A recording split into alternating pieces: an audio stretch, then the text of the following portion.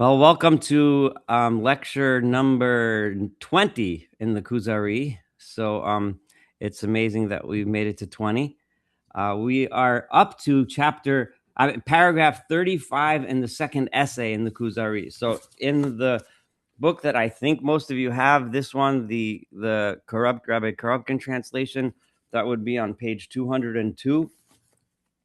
If you have any other translation in front of you, then just look for the second essay, paragraph number 35. Actually, I have to get something. But the book that I have has it on page 90 of the Kurokin. Yeah, well, Kurokin. unfortunately, the Hebrew one that I usually use, I left at Oh, work on my desk. So I'm going to use the Korobkin one myself this time and just read the English. However, in the meantime, well, I want you to have in front of you a book of Yeshayahu, a Sefer Yeshayahu, that is the book of Isaiah. Okay, and the Kuzari is about to have a discussion with the Chaver, with the rabbi, meaning the Khazar King, is about to have a discussion about the meaning of one of the most contentious chapters in the Hebrew Bible when it comes to Christian/Jewish polemics and arguments and debates, and it's the chapter 53 of Yeshayahu. And what I want to do first is I want to show you. I want to read through chapter 53 with you guys, and then I'm going to ask you to flip back, and we're going to start from chapter 40 of Yeshayahu, and I'm going to read through selections from 40 all the way to 53, so you can get an understanding of where that chapter stands in the incredibly beautiful prose that Yeshayahu, the prophet Isaiah, says in those chapters. It's one of the most beautiful writings, ancient writings ever written in literature, period. The inspiration for almost every movement in religion pretty much comes from these chapters from Isaiah 4, what's considered Isaiah 2, or the second half of Isaiah, from 40 to the end. And tonight, well, I want to go through this with you now. And now is our opportunity, and I know that I'm going to be delving into some of the arguments that Christians have brought up in support of their faith from chapter 53, and I want you to understand the perspective of Yeshayahu and what he's saying and what chapter 53 is really all about. So this will be your opportunity to see that. So if we look at 53, let's I'm going to start with Yeshayahu chapter 53. I'm actually using my computer on Safari, so it might take me a few extra seconds. But open to it, that would be Perek Nun Gimel 53. Okay. And this is what the chapter is going to sound like when we read it out of context. Okay. In other words, I don't know how many of you are Isaiah experts. I don't consider myself an expert, but I do consider myself someone who has spent many, many, many years and months reading Yeshayahu. Some of the most difficult times in my life, I would open the book of Yeshayahu and read it and just absorb his message. And it's just an incredible source of strength and it's just absolutely stunningly beautiful, and it's kind of embarrassing for me to get up and say that Isaiah is beautiful, but there's a reason why he had so much influence, and we'll get a tiny little taste of it tonight.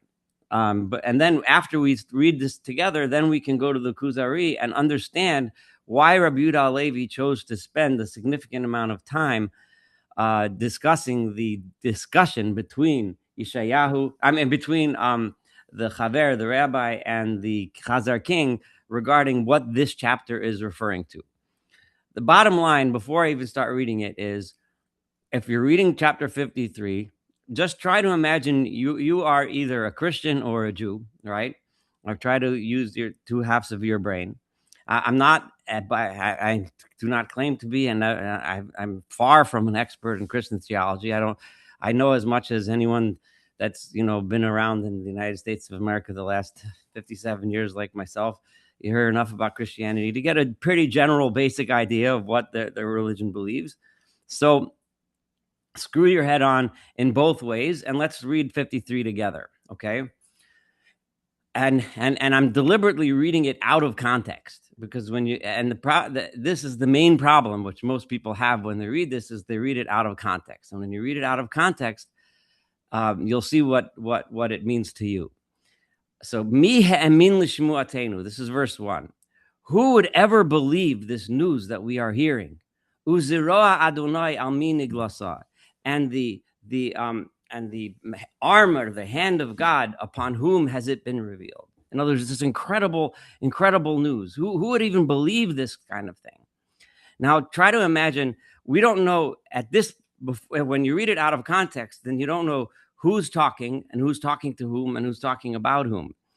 Vayal kayonek lifanov. He has grown like a baby, or a sapling, a tree, before him, v'chashoresh, like a root, me'eretz tzia, from a land that was like a tree growing from a barren land. Lo toar lo v'lo hadar. He doesn't have any descriptions. He wasn't a famous guy, right? V'lo hadar, and he doesn't have any beauty.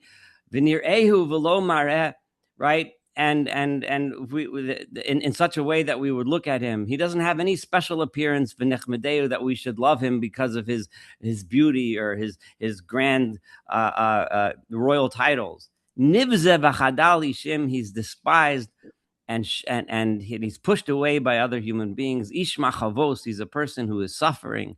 Vidu acholi, right? A person who knows well what it means to suffer. Uchimaster panim mimenu, right? And as one who hides his face from us, nivze v'lo chashavnu, he is abused, and we don't even consider him. We don't bother looking at him. We don't bother even paying any attention to him. Achein, however, this person, cholayenu hu nasa, he is carrying our illness, umachavenu sivalam, and it is our suffering that he is suffering. Va'anachnu chashavnu, and we thought about him that nagua, he's just a guy who is suffering from illness. He's just a nebuch. He's a nobody. Muke Elohim umu'una. He must be being punished by God and suffering. However, he is suffering because of our sins. Miduka me'avonosenu. He is crushed because of our iniquities, because of our evil. Musar shlomenu alav. Right.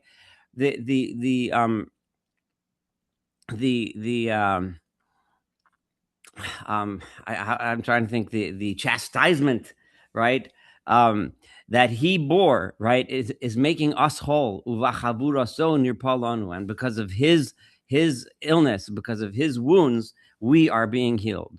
Kulanu katson teinu. We have been lost like sheep. Ish lidarko paninu. Each person going on his own way. Ba'adonai hifkia bo be'es avon kulanu. And God punished him with the sins of all of us. Nigash v'hu na'aneh, right? He was treated bad, but nonetheless he took it with humility. V'lo yiftach piv, and he didn't open his mouth. He didn't complain about the suffering. Kasel atevach yival, like a sheep being led to slaughter. Uchirachel, and like a female sheep, lifnei gozezeha ne'elama, before she was about to be shorn, she stayed quiet. V'lo yiftach piv, he did not open his mouth. Me otzer umi mishpat lukach, right? He was taken away because of an oppressive judgment. V'as doro mi yisocheach, right? And who could even discuss or talk about the generation, the people that he lived among? Miki nigzar me'eretz chaim. He was cut off from the land of the living. Mi pesha ami, because of the sins of my nation. Negalamo, right? This is the reason why he suffered this suffering. Vayitain es rishaim kivro, he was buried among the wicked people.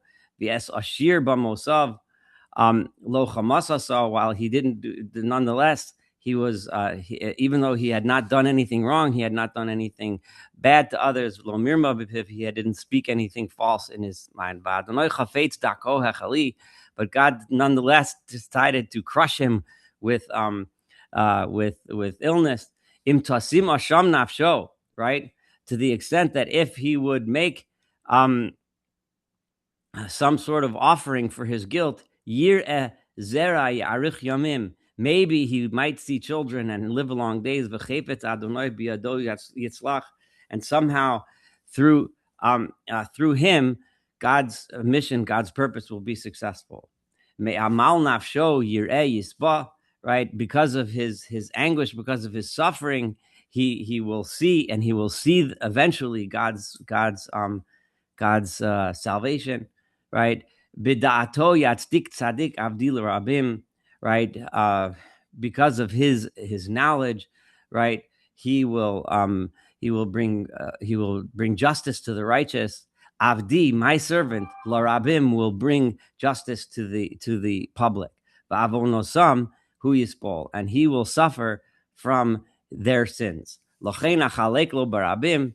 Therefore, I will give him his portion, the ultimate portion, the good portion in public. And his reward, right, his spoil for going through this terrible suffering will be that he will get the multitude. He will get everyone. Because he exposed himself to death, and he was counted among the sinners. And he carried the sins of the rabbim, of the public, and he asked forgiveness because of the sinners.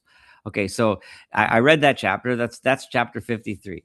So now let's pretend just for a moment that you're a Christian and you're reading that chapter. So obvious. It's right? Obvious. Right. It's clearly obvious who it's talking about to a Christian who reads this chapter, right? Right. You don't need pretty much all of Christian theology you see in this chapter, right? So many Christians would say to a Jew, like, how could you possibly not believe in Jesus if you read chapter 53? Right? Look at Isaiah 53; it's all there, right? Now, okay, so that's we read the chapter. I want you to hear it. I want to hear how powerful it is, and then I want you to hear some context, okay? Because there's nothing in Tanakh that can ever really be read and understood without context, right? The language that's being used and the descriptions being described and so on, it's part of a context. And the second part of Isaiah really begins in chapter 40, right? So the Isaiah is usually divided in two halves, and it's not our point now to describe why and how and when and what. But the bottom line is, it's very clear, no matter how you understand, whether you believe that all of it was written by Yeshayahu himself in the time of the first temple when he prophesied, or you believe that it was written in different times of history, like a lot of scholars say. All that is not the point for today's discussion. We, as believing Jews, we take the book of Isaiah. It's part of Tanakh. We learn it, we read it, and we gain wisdom from it. That's what matters to us, right? But it's clearly obvious that there's two halves. The first half of Yeshayahu ends chapter 39, and there's more narrative there. The style of writing is different. The discussions are different, and the philosophy and the theology being taught is different in from 1 to 39, and not contradictory necessarily. It's just different focus, different emphasis, and so on. Starting with 40, right? And it's important to remember how 39 ends. 39 ends with the failure of Chizkiyahu, the failure of King Hezekiah to bring about what Yeshayahu thought was going to be the ultimate redemption. Yeshayahu thought that Chizkiyahu he was a great king. He did so many wonderful things to bring the people closer to God. But ultimately, when push came to shove, when the pressure bore on Chizkiyahu, he failed, right? How that happened, the story, I read it either in the book of Isaiah or in the book of Kings or in the book of Chronicles. It's mentioned in 3 different versions in Tanakh. But regardless, he failed. And then Yeshayahu commences a speech. The speech, which is among the greatest speeches in the history of the world. And that speech begins in chapter 40. And most of us Jews are familiar with the first verses of chapter 40 from Shabbos Nachamu, which is when we read after Tisha B'Av. And we read it after Tisha B'Av because on Tisha B'Av we mourn the destruction of the temple. We mourn the suffering of the Jewish people ever since our exile began at that terrible time, right?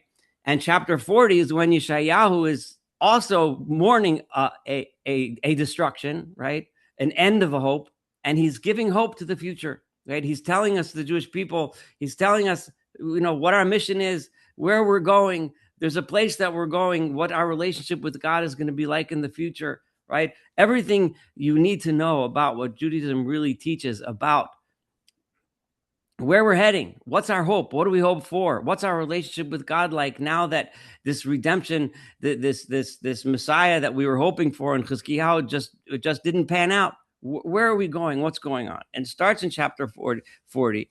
And now I have to scroll back in Sephariah, so give me a second.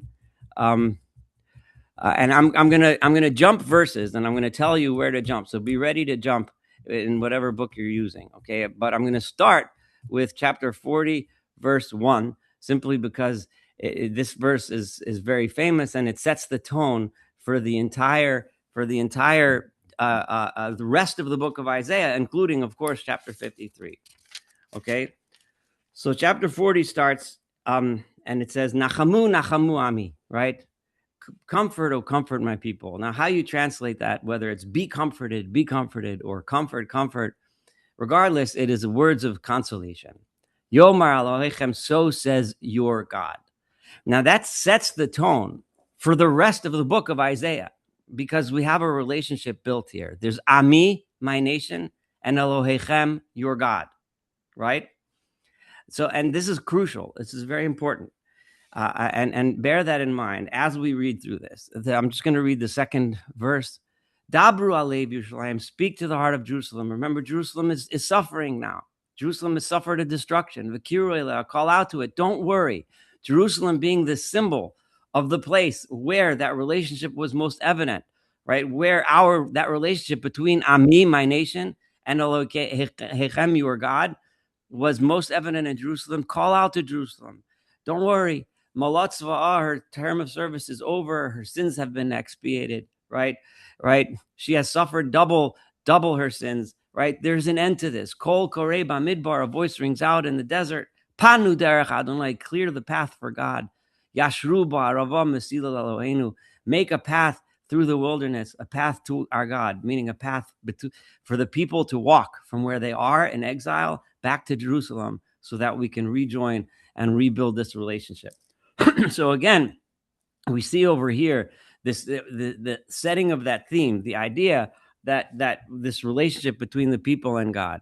I want you to now stay in chapter 40, but go to verse 27. There's so much. Every single verse is as precious as a million golden gems. The words of Yeshayahu here, I can tell you without any, are some of the most powerful words ever written in the history of the world, and I don't say that lightly. So if you haven't read it, please do yourself a favor and spend time reading it. But I am skipping over a bunch, but I'm still going to read a lot, so that, because I want you to get a sense for the lead up to chapter 53, so that then all of a sudden you'll be able to see and understand what it means. Lama tomar Yaakov, I'm at verse 27.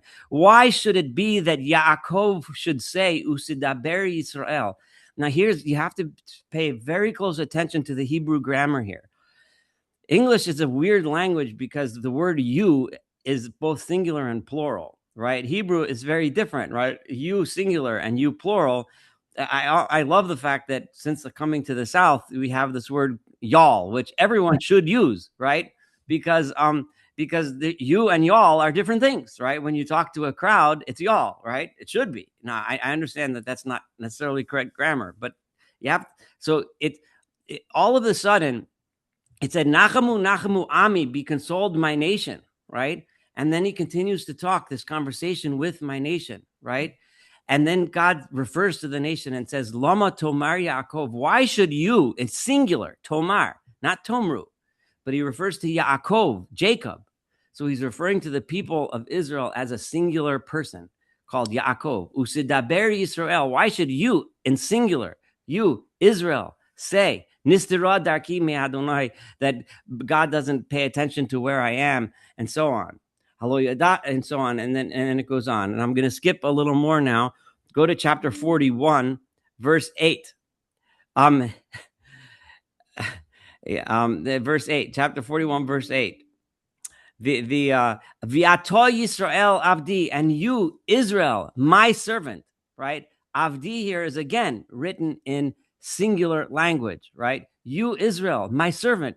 Yaakov, Jacob, Asher B'charticha, I have chosen you, in singular, right? So it's referring again to the people of Israel as Avdi, my servant, as Yaakov, as Jacob, right? My people that I have chosen you, in a singular language, not you as a people, not y'all, but you, right? Asher hechazakticha mitzos haaretz, I have taken you from the edges of the world, and so on. If we look at, now I'm flipping to verse 10, 41 verse 10. Al tira ki imcha ani. Don't be afraid, because I am with you. And again, imcha is in singular language. I am with you, God says. Don't be afraid. Al tishta, don't be scared. Ki ani Elohecha, I am your God. Imatzticha, I have given you strength. Af azarticha, I have helped you. Af timachticha. And all of these languages is not timachtichem. It's not I have supported you in plural, but I have supported you in singular. You as a single people. And the feeling that one gets when one reads this, the attachment that us as a Jew, reading this verse, all these verses, the powerful feeling that God is talking to all of us as if we were one person, emphasizing that unity that we have and calling all of us a servant of God, right? And so on. It goes on. I mean, it's so much beauty to read it. I feel it's almost a crime to skip it, but I'm going to go to verse 14. Al tir'i, do not be afraid, Tola'as Yaakov, the worm Jacob. What does that mean, the worm? It means don't be afraid, even though in this world that you're in, people treat you like you're a worm. They treat you like you're a no-one. But don't be afraid, Misei Yisrael, the people of Israel. Ani azarticha, I will help you, no Adonai, says God. V'go'alech kadosh Yisrael, I, the Holy One of Israel, will redeem you. Right? Again, tolas, God referring to the singular people of Israel as a tolas, as a worm, being stepped on, being abused, being smushed, that nobody pays attention to and nobody cares about. Now I'm going to chapter 42, verse 1. I'm cruising through this because I really want you to understand the impact. If you don't really go through it, you don't get the impact. So 42, verse 1, Hein Avdi, behold, this is my servant. Again, Avdi in the singular language, right? Avdi, not it's not you, and it's not my servant, my servants with the S, it's my servant, right? Etmachbo, right? The one who I uphold, the one who I support. Bichiri, again, singular language. You, the one that I chose. Ratzta nafshi, you're the one that my heart and soul desires, right? That's 42:1. Now I'm going to 42:19.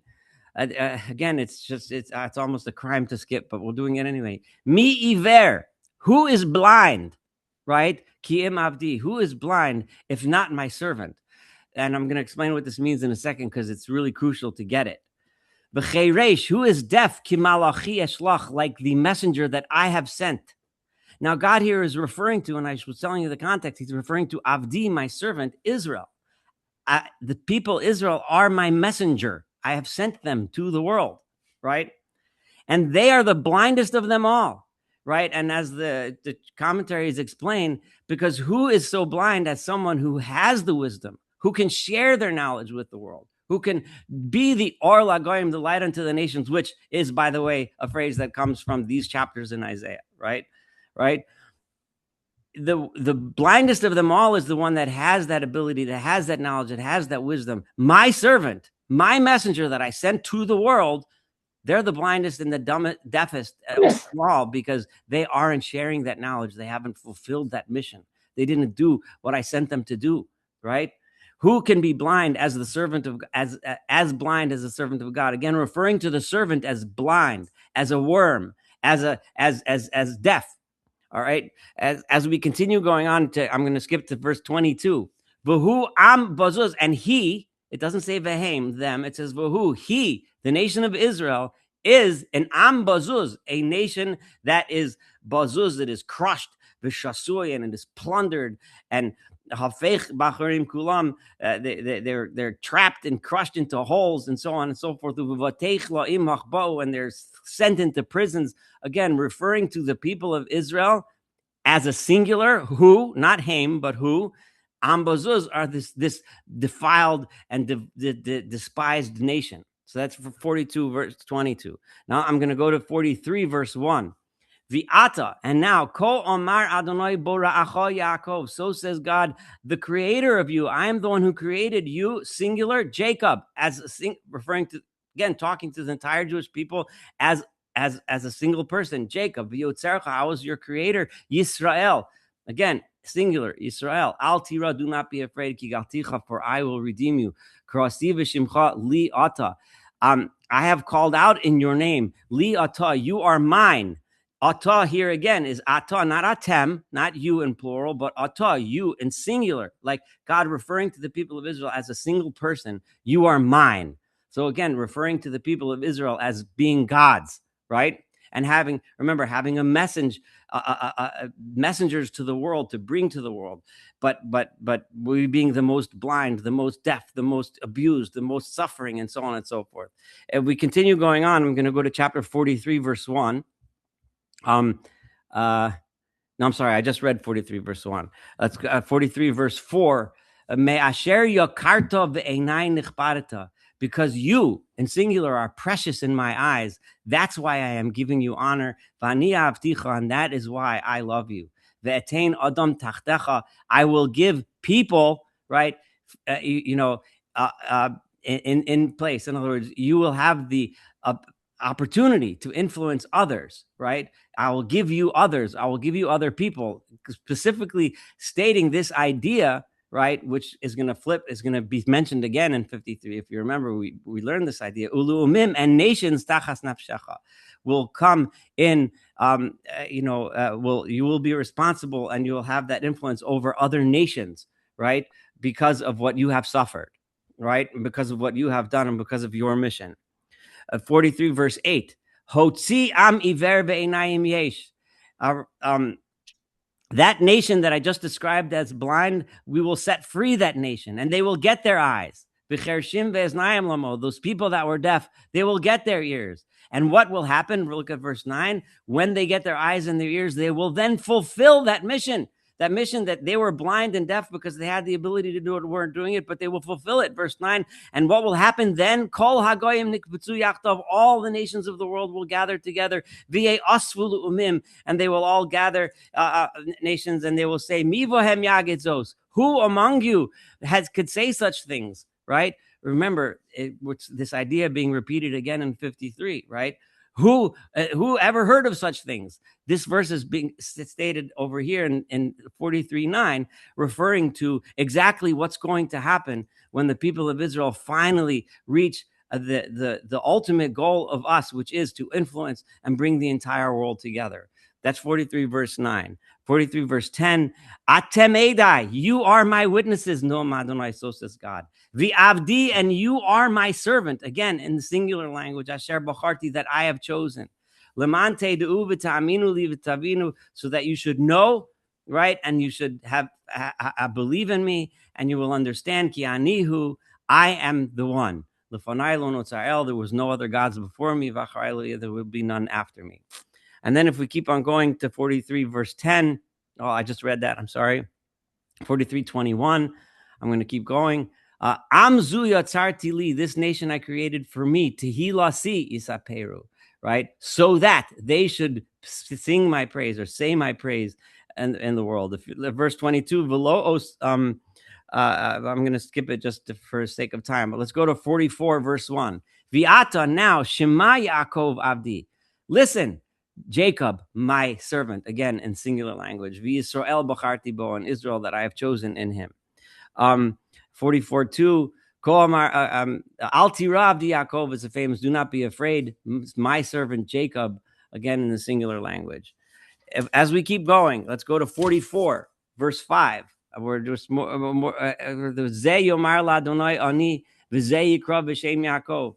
One person will say, I belong to God, right? And another one will say, right, I am a member of the people of Jacob. And so, just another important verse to bear in mind. I'm skipping now to 45, chapter, actually 44:21. I wanted to read. Zechor Ele Yaakov, remember, ki avdi ata, because you are my servant, right? Again, Eved li ato Yisrael, you, again in singular language, you are my servant. Again, as referring to the people of Israel as a person, as an Eved. Go to 45 verse 4. Liman avdi Yaakov, because of for the sake of my servant Jacob, Yisrael b'chiri, and Israel, the one who I have chosen, and so on. I'm skipping now to 46 verse 3. I'm moving through a little faster, but each verse that I'm saying is important because it's going to help you understand chapter 53 when we read it again. Shimu Elai Beis Yaakov, listen to me, O house of Israel, a house of Jacob, V'chol she'eretz Beis Yisrael. Ha'amusim mini veten, right? The ones who they were carried from the time they were in their stomach, Hanesuim mini racham. In other words, since they were in the womb, I was carrying them, I was supporting them. I'm going to go now to chapter 48, verse 1. So I'm skipping a little. Shimuzos Beis Yaakov. All right. Hear this. Listen to this, house of Jacob. Hanikram b'Shem Yisrael. Those of you who are called the name of Israel. 48, verse 12. Shema Eli Yaakov, listen to me, Jacob, Yisrael Mekorai, the people of Israel, Israel, and again, singular, the one who I have called. Anihu, I am he, in other words, I am God. Ani Rishon, I was the beginning, Van Afan Yacharon, and I am the last as well. I'm going to go now to 49, verse 3. Vayomerli Avdi Ata, Yisrael Asher B'cha Espa'ar, people of Israel, that through you I get glory, right? It's through the actions of the people of Israel that glory comes to God. 49:5. V'ata amar Hashem yotzri mi beten le'eved lo. So says God now, right? I created you, right, to be his servant, to be God created me to be his servant, the people of Israel, the Shovev Yaakov Elav, and so on. 49 verse 6. Well, I'll skip that one, even though you can look at it and you'll see the same thing. Well, actually, we should see verse 6. Right? It's not enough that you should be my servant, right? To raise up the tribes of Yaakov. And I will make you a light unto the nations. This is one of the most famous verses in Isaiah. This is where that phrase of light unto the nations come. Why liyosi shuasi, so that you should be my salvation. You, the people of Israel, should be my salvation, ad katzei haaretz, so that it should reach the ends of the earth. In other words, all of humanity through you should see this light, and that being the mission. So the people of Israel being the bearers of this message to the world. I'm going to go now to 51. We're almost at 53 now, because then we're going to read 53 again, and I'm going to ask you to put your head on as if you're a Jew reading this chapter in context. Shimu Eli rod tzedek mivakshei Adonai. Right? This is verse 1. Listen to me, those of you that are pursuers of justice, those that are searching God. Habitu al tzorchutavtem. I'm going to run through that. Verse 4. Hakshivu Eli ami. Listen to me, my nation. Ulumi Eli hazinu. Listen to me, my people. Right? And my justice is a light unto the nations, right? It's a light, it's the way for all of humanity, right? And now I'm going to go to 52. We're almost at 53 now, because I'm going to stop before we get there. Let's go to chapter 52, verse 1. Uri, wake up, livshi uzech Zion. Zion, Zion, dress in your splendor. Livshi bigdei sefartech. Put on your beautiful clothing. Yerushalayim, Jerusalem, your HaKodesh, the holy city. Kilo Yosif Yavovach Od Orel V'Tamei. No longer will the bad, evil people come into you again. And 52 verse 4. Kicho Amar Adonai Elohim. So says God. Mitzrayim Yarad Ami Varishono Lagorsham Yashur B'Efes Hashako. This is verse 6. So my nation will know my name. Therefore, Bayomo, on that day, Hineni. I am the one who's speaking. I am here, God says, right? I am the one. I made a promise. It is now time. I am here. And then if just go to 52, verse 13, Hine Yaskil Avdi, my servant will be successful. Avdi, my servant, the people of Israel will be successful. Yorum, he will be raised up. Vinisa, Vigovam Od, and he will be lifted up and he will be exalted very much. So that person, that people of Israel, that servant that I just described before, was a nefesh. It was an ambazoi, a nation that was stepped on, a nation that was a worm, a nation that was deaf, a nation that was blind, a nation that was abused, a nation that was crushed, a nation that was suffering throughout all the other nations, at the hands of all the other nations. He will yaskil, that Eved, that my servant, will be successful. He will be uplifted and he will be raised up. Now, I want you to go again and read chapter 53. Read it yourselves. Take 5 minutes, quiet.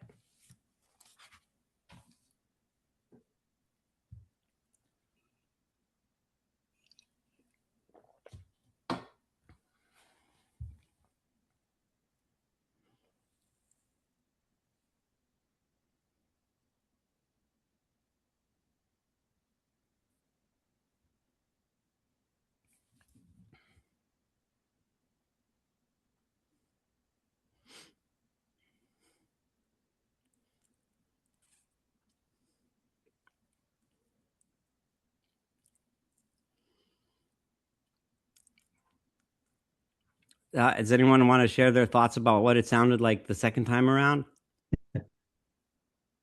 Well, because you had, can you hear me? Because this was part of the Kuzari review. When I looked at it, I was trying to think, other than Jesus, which seemed illogical, who else could they be talking about? And had I not known we were reading this in the context of Khazari, I would have, I would have been puzzled. But because we were the context, I said that's of course the Jewish people. Right. It's unfair because we were reading this as part of a Khazari class. Otherwise, I would have needed your context Right. path to come to the right conclusion. Right. All right. So now that I gave that context, it's inescapable, right? What chapter 53 is talking about. It's not just inescapable, it's so glaringly obvious to anyone who's intellectually honest, right? Who actually reads the book of Isaiah, right? And doesn't just get told in church these verses, right? And get told this is talking about Jesus, but someone who actually reads and studies the book of Isaiah, especially in its original language. But even if you read the book of Isaiah in English, it's clearly obvious, blatantly obvious what it's saying, right? The message is reiterating in the most beautiful way the suffering of the Jewish people at the hands of the nations of the world, right? The fact that the Jewish people are meant to bring the glory of God and the knowledge of God and the beauty of unity and togetherness to everyone, that we are that messenger. It's so clearly, glaringly obvious that no one that read the book of Isaiah before Christianity came on the scene would have even imagined it meant anything but that, right? So if it ever comes up, if you happen to be discussing with a Christian friend of yours and they bring up Isaiah 53, you can choose to answer it however you'd like to answer it, okay? But when they tell you it's so obvious, look, read, I mean, come on, but now you understand how not only is it not obvious that it's talking about just some, I mean, to be honest, from a Jew's perspective, some random person, right? It's not talking about some random dude. In fact, the thing is that the message is so powerful because God is referring to the Jewish people as a person, right? All of us together as a unified whole. It's the beauty of that and the unity that we all suffer. Every Jew who gets stepped on when there's anti-Semitism in the world. Not just the guy with the payas and the beard, not just the guy that goes to this temple or not that synagogue or the one, whether he goes to synagogue. Who's the one that gets, who are the ones that are supposed to be doing it? All of us together. And it's just the beauty of this idea, and just giving us, empowering us with this notion, right, that it's our job, right, that despite suffering because of such an evil world that we live in, despite being stepped on, it's our job to be an Or LaGoyim, to be a light unto the nations, to be the vehicle through which redemption comes. It's an incredible privilege and also an incredible responsibility, right? And all of this is packed into 53 for reasons which are obvious. Now we can go and study this the conversation between the Chaver and the Khazar King, and understand why Rabbi Yehuda Halevi felt it was important to include this in this book.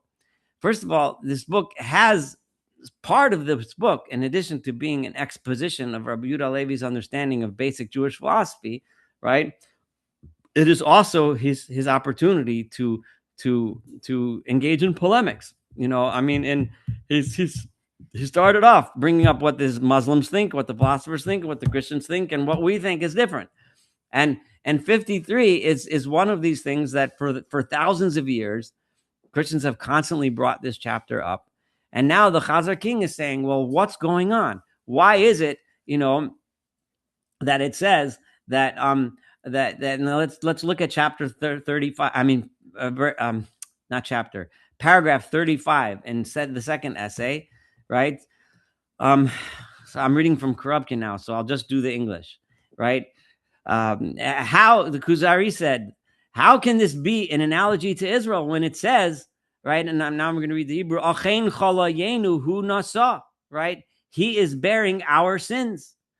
V'Yisrael lo matzosam mashim mitzam kiyim ba'avonosam, right? Which it sounds like there is someone who is bearing the sins, right, of someone else, right? But the bottom line is, you're telling me that the Jews are suffering because the Jews sinned, right?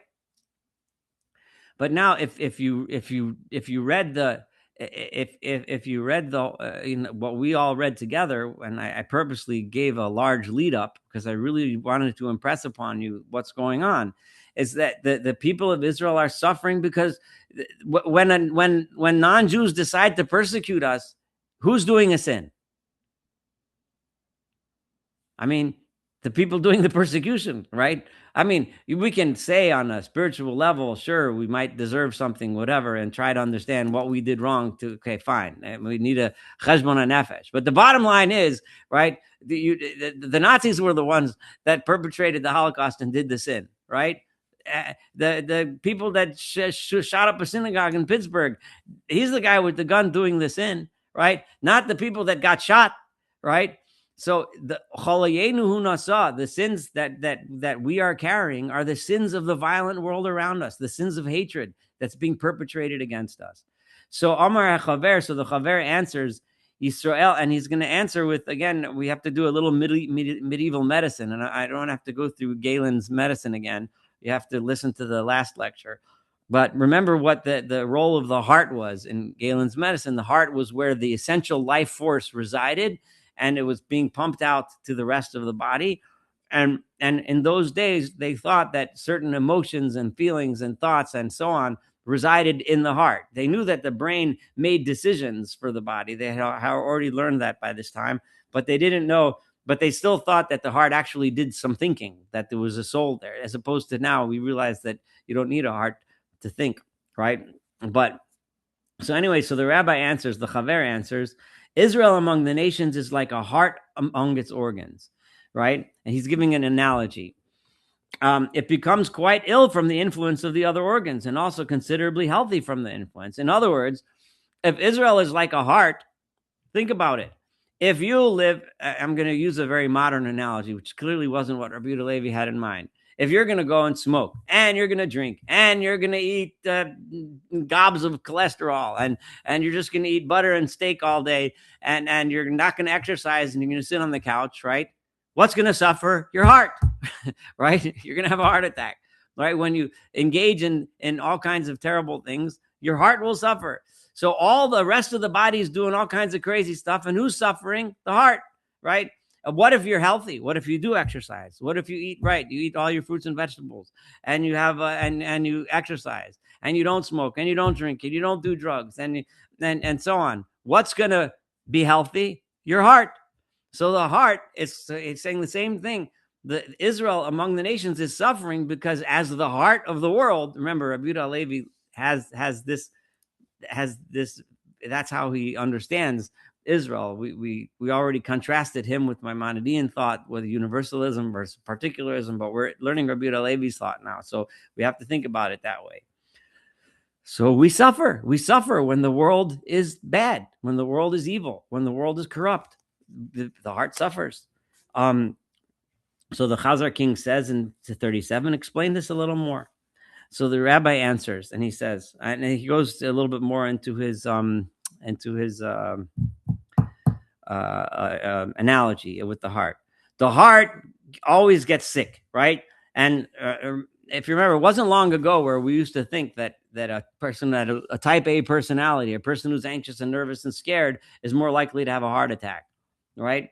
And we so it's constantly plagued by worry, dread, fright, desire for revenge, hatred, lovesickness. Our heart is always wanting things, desiring things, being angry about things, being upset about things, being sad about things, nervous about things, so on and so forth.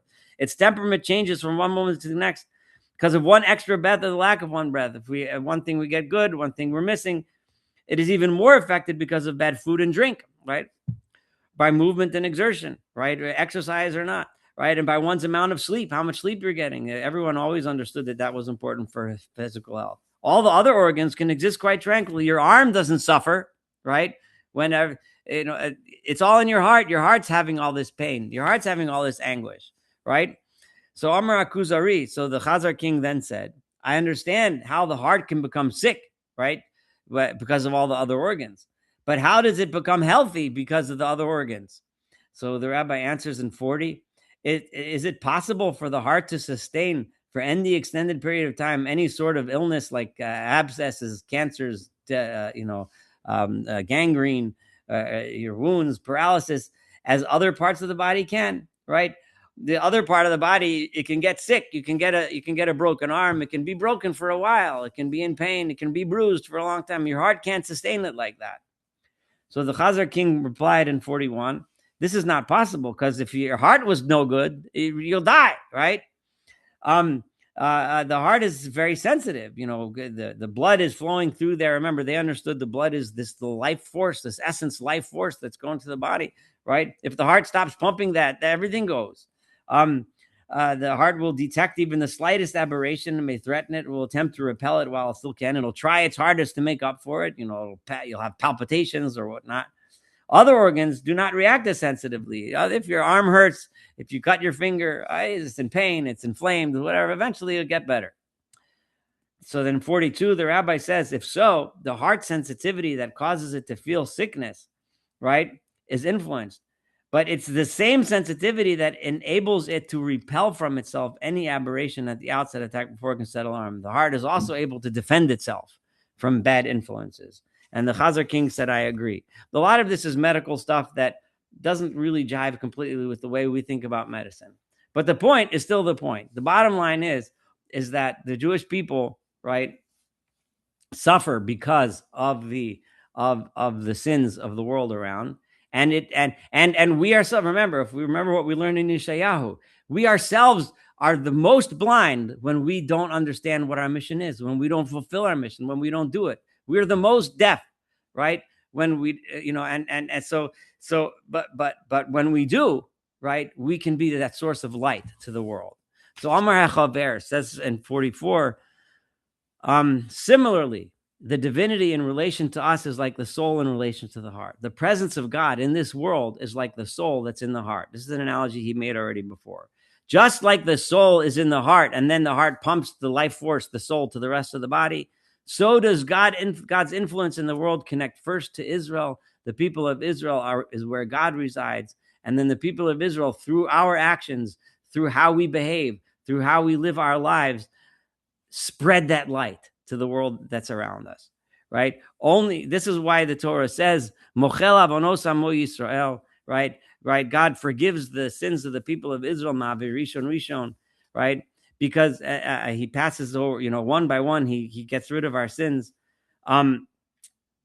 This means God doesn't allow us to get to the point, right? If he won't allow a situation in which our sins pile up so much that they do away with us, right? God, but he did allow that to happen to other nations. Other nations got to a point where their sins were just so bad, away with them. Every other empire, kaput. He did that to the Amorites. He did that to the Romans. He did that to the, pick your empire, the Nazi regime. They're gone, finished, finito, goodbye, right? The Jews are not. God did not interfere with them. He allowed the malady of their sins to accumulate. But God punishes us, right, in such a way that we recognize our sins and turn around enough to at least move to the next level, to keep going, so that there's still hope. We're still around. And then it continues, just as the heart's inherent equilibrium and pure makeup allows the soul to attach to it, right? So too does the divinity attach itself to Israel because of the inherent nature of the people of Israel. Remember, this is a Kuzarian thought, a Yehuda Levian thought, the idea that because of the very nature of the people of Israel, God is therefore, his divine presence is within us. It still becomes tainted at times. I'm on the top of page 205 now, because of the other organs. But although we still get infected by all the other people around us, all kinds of bad influences influence us, push us away from the right path, right? So the desires of the liver, the stomach, just like you really, really, really want to sit down and do nothing. You want to be lazy. You want to sit down and eat a giant bag of super oily potato chips because it just tastes good and you just need to have it. You just absolutely must have gobs of butter in your soup because it's just whatever, or from problems of the, he goes on. So all those other limbs, they're like the whole world around us is giving us an environment within which we're constantly failing. We're constantly, so Israel becomes tainted from their assimilation with the other nations, as it says, right? Because they mixed in with the other nations and learned from them. And it should not be far-fetched. Therefore, you shouldn't worry why it says that he, meaning the people of Israel, is carrying our sins, right? And even though if that's true, it says Israel has borne our sicknesses. This is why we are suffering, and the whole world is sitting on top. The rest of the world, they're the powerful nations, they're the strong nations, right? But they're the ones that are the most corrupt. They're the ones that are the most violent. They're the ones that are most hateful. So we are the ones that are suffering because of they and their behaviors. The tragedies we encounter then actually cause us. Why? Because in this situation, we learn from this situation. We rectify ourselves. We change ourselves. We improve ourselves. Through our cleansing and rectification, the divinity can attach itself to this world. And because of that, we allow the presence of God to exist in this world. You understand the elements were created so that a hierarchy of creations would emerge from them. There was supposed to be a hierarchy. Kuzari said this several times already. There's inanimate objects and plants, living creatures, human beings, and then the height of human beings, which is the Jewish people. Everything exists for this. The whole world exists for the sake of the Jewish people. I know this is very particularistic, but I say this every time because it's on the one hand, but this is the philosophy that we're reading now. So let's take it for what it is, right? For the sake of to enable the divinity to attach itself to this being, but the purpose so that divine presence should be in this world, right? So remember, so that we should be able to spread it, right? That's the point. This elite creature in turns exists for the sake of the elite, namely the prophets. Even the Jewish people exist so that the prophets can arise among us, so that special holy people can arise from within us.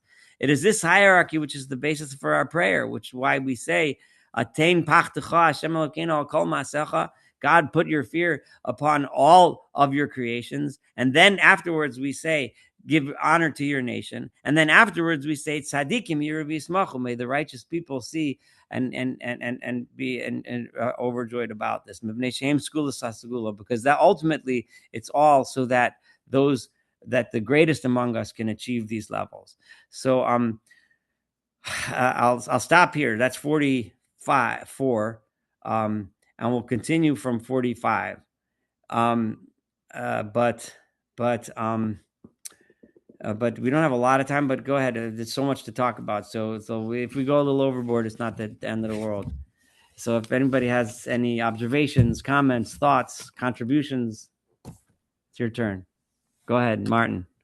So I mean, surely, over the last couple thousand years, there were thousands of Christian scholars who read the whole book of Isaiah, who saw quite clearly what the truth is. Mhm. Some of them maybe didn't see it, but surely there were a lot who were intelligent enough to realize You'd think, what was no? really going on here. Yeah.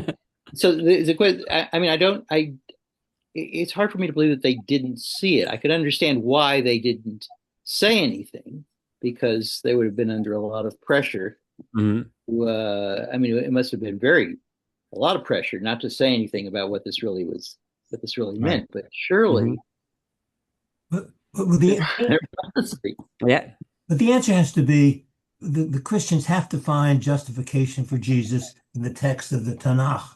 They had to find it somewhere, and you kind of have to you end up at this passage because where else do you find something where you can say this proves that Jesus is part of the way the world turns around? Yeah. I mean, I wonder. What I wonder is how much of Christian theology came to be because of Isaiah 53. In other words, there was Jesus, right? We know that, right? Jesus, he lived, he preached, right? He had followers, and he started creating. Whether he had in mind to make a new religion is a different story, but he started a movement. But then once they you get in touch with Isaiah 53, maybe the idea of him suffering for our sins might have been a much later idea that they promoted because it fit with Isaiah 53. Well, Like I don't know. I mean, there are scholars that might know a lot about this. I'm just theorizing. And Barry, I saw you had a hand up. uh, Saul, I'm reading from a JPS English Hmm. translation in 53, and I think there's a note in here of somebody willingly self-sacrificing themselves to take on the burdens and the sickness of others. That's what I think impressed a lot of stories in the Gospels. Hmm. I mean, it's not just if you just went to the Sermon on the Mount, you wouldn't get that. The Sermon on the Hmm. Mount says you have to know the law, first of all. Yeah. After you know the law, then I'm going to lead you, and and the meek will inherit and all that. Yeah. But that's what is a little bit troubling about chapter 53, and it makes me wonder about the hands of editors later on who made it sound like a self-sacrificing servant. I'm not sure the Jews, when they revolted against Babylon and got carried off into captivity, that they were thinking of self-sacrificing themselves. No, but we did choose to join a covenant with God, Well, right? that's true. Yeah. Right. The Jewish people that's the foundation of the Torah. We chose Right. to be the ones that carry this Yeah. mission and suffer the burden. And remember, and in the Kuzari in general, the idea that um that our suffering burden is a sign of God's special care and concern for us. Yeah. The fact that He bothers to punish us is a privilege, right? Yeah. But yeah. Well, yeah, I would say also there was the uh, the people in exile may have come together more than they were while living in Jerusalem, where there were factions. One Hmm. faction wanted to say, "Oh, Egypt will bail us out. Let's go Yeah. with Egypt, and let's not pay our taxes to Babylon." And there were other factions that didn't want to revolt. Uh, although some just wanted to continue paying tribute, like Hezekiah paid tribute to the Syrians and saved the city. But Yeah. the history is complicated. The people were not all acting as one, I don't think. No, that absolutely. But did exile unite us? I don't I know. wonder. We certainly I don't wonder. look very united today, but maybe in the most extreme circumstance, we might find ourselves when our backs are really up against the wall. But yeah, if only we could be united, and thus the way Yeshayahu, when he talks about redemption in general, when he talks about the hope for the future, he refers to us as one. It just underscores the idea and the importance of Jewish unity in order to bring for us to fulfill our mission. And that it's such a power. He almost doesn't say it out like you guys have to be unified. It's just this assumed idea that flows through every single verse and chapter. That you Israel are one person. You are my servant. You have a mission to fulfill, and you have to accomplish it. And the connotation is that if you're not unified, then we can't. It's impossible. If we look at ourselves as 10 different factions doing 10 different things, we're never going to work. It's never going to. We're never going to get anywhere. But I do strongly recommend reading through Yeshayahu. The whole book is spectacularly powerful. But if you only want to read the second half, I don't care. You should read the whole. The whole Tanakh is, of course, spectacular. It's stupid for me to say something like that, but the book of Isaiah is where it's at. It's where it's at, man. You got to read it. You got to read it. But yeah. So any other comments before we close up for the night? All right. If not, then I look forward to seeing y'all next week, and we'll keep going through this adventure. Thank you very much, Saul. Thank you so much. Thank you, Saul. Be well. Bye-bye. Bye.